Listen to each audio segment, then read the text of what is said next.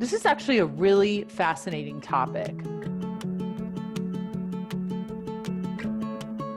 It's almost like people pleasing you against your own will, because it feels like there's something behind it that's like it's coming from a place of fear or neediness, and you can sense that. So it's not like you're saying, I don't want you to be nice to me. It's like, I understand the intention behind this, and it's not helping our relationship. Like anything from scarcity and neediness is not going to help. A connection, it's the opposite of connection. It's fear-based, right? Oh, he's just trying to be nice and I'm a jerk. So this is the thing. This is a real thing. So the question is, are you being honest with yourself about your relationship with him? And are you telling him the truth?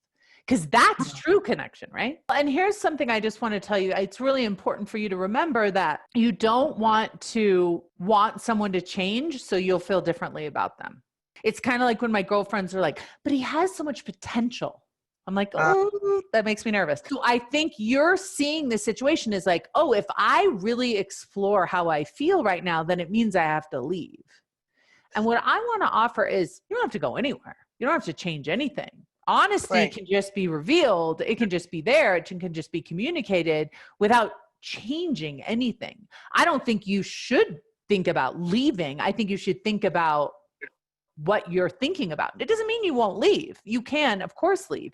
And one of the things that I like to do is I like you to explore leaving and staying and all the thoughts surrounded with both of them, because they're both negative. That's why you feel so trapped. You're like, I can't stay because I don't love him and he's so controlling, but I can't leave because he takes care of everything and he's super nice and I don't want to hurt him, right? Like you're just right in the middle of that. Instead of, wait, I'm going to stay and take care of me. I can be happy here. I need to find that peace and happiness here. And I can love him as much as I want to love him, and I can leave. And it doesn't mean anything that I'm creating in my mind and imagining is so terrible. And I can explore all of that from the present moment. But because happens to so many of you all, it's like you think, oh, I don't think I love him the way I should, but I'm afraid to leave. So then you can't even explore whether you really do love him in the way you want or not, because you're so afraid of what you're making it mean. You can love him exactly the way you love him right now and stay with him for the rest of your life and be happy. You could also leave and be happy. You've made your life like, it's terrible if I stay, terrible if I leave. And what I want you to see and calm down into is, it's great if you stay and great if you leave. You're freaking yourself out on both accounts. You're not even present. This is what people do. We trap ourselves in marriages because we tell ourselves a horror story of leaving, that we're not even in our marriage. We're not even present because we're like, the only reason I'm here is because the alternative is horrifying. But when the alternative is fine and staying is fine, then we can find the truth in there. You think maybe my true desire is leaving, but if I honor my true desire, everyone will hate me. So I'm not going to honor my true desire, then you end up hating you. That's why you have to explore your possibilities in your mind, because it's all just poison.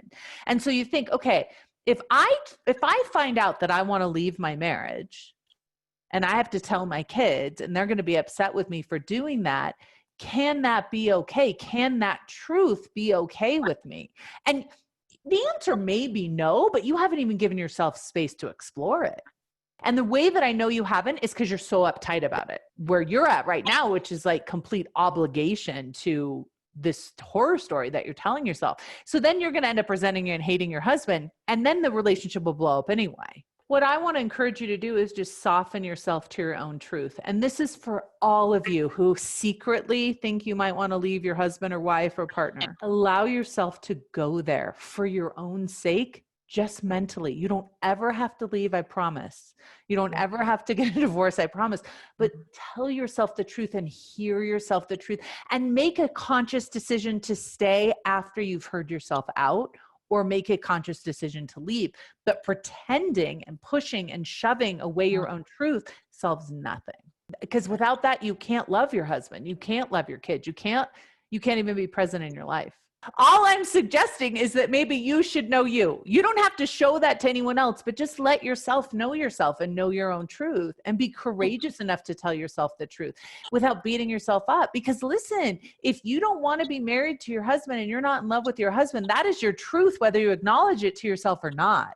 It just is. So you can hate yourself for that or love yourself and tell the truth.